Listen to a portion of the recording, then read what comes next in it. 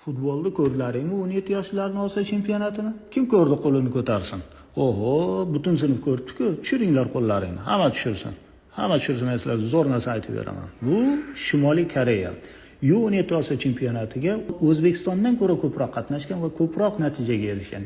2 marta oltin, 2 marta kumush, 2 marta 4-o'rin. Lekin xalqining aksariyati qashshoq, og'ir sharoitda yashaydi. 21-asrda yerni omoch bilan haydaydi. Maktablari achinarli ahvolda. Mana ko'ring, sinfning o'rtasiga o'tin pechga qo'yilgan.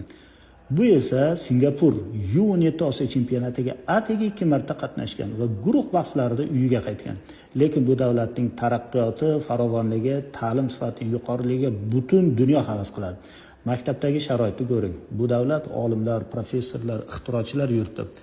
Bundan nima xulosa chiqadi? Futbol xalqqa hech narsa bermaydi. Futbolni me'yorda o'ynang, sog'liqqa foyda, lekin uni tomosha qilib, uyqudan, darsdan voz kechmang. Mana sizlar kompyuter o'rganyapsizlar, ota-onangizga rahmat, sharoit qilib bergani uchun buni oqlang. Futbolga o'xshagan behuda narsalarga vaqtingizni isrof qilmang. Kelajakda yetuk mutaxassis bo'ling.